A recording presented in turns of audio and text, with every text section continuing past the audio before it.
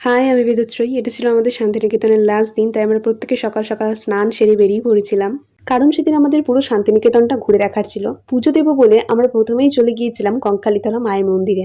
মায়ের মন্দিরে পুজো দেওয়ার জন্য বেশ লম্বা লাইন ছিল। প্রায় অনেকটা দাঁড়ানোর পর মায়ের দর্শন করি। মন্দিরের ভিতরে ফোন অ্যালাউ নেই বলে কোনো রকমের ভিডিও করা হয়নি।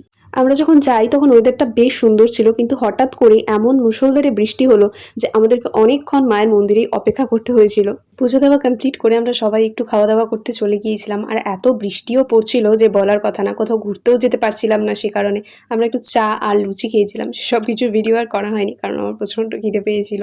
কিছুক্ষণ পর ওয়েদারটা আবার স্বাভাবিক হয়ে যায়, আর তারপর আমরা ঘুরতে বেরোই। এটা হলো তালধ্বজ, আর এটা হলো সেই বট গাছ যেটার ছবি সহজ পাঠ বইয়ের প্রথম পৃষ্ঠায় থাকতো।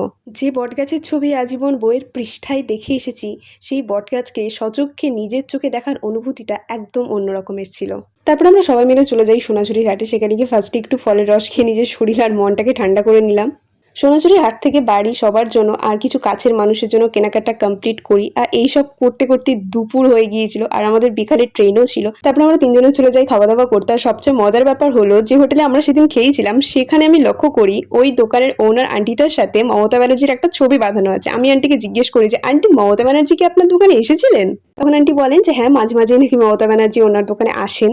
তবে হ্যাঁ, ভাঙাচোরা মাটির হোটেল বলে কেউ কিন্তু ইগনোর করো না। আন্টিটার ব্যবহার যতটা সুন্দর ছিল, ঠিক ততটাই সুন্দর ছিল আন্টির হাতের রান্না। পরম তৃপ্তি করে আমরা তিনজনে খেয়েছিলাম। সোনাঝুরির হাট থেকে মাত্র 5 মিনিট লাগবে আন্টির দোকান যেতে, তাই সোনাঝুরির হাট গেলে অবশ্যই একবার আন্টির দোকানে খাবার ট্রাই করে দেখো। আর ব্যাস, এভাবেই শান্তিনিকেতনের সুন্দর দিনগুলো শেষ হয়ে গিয়েছিল।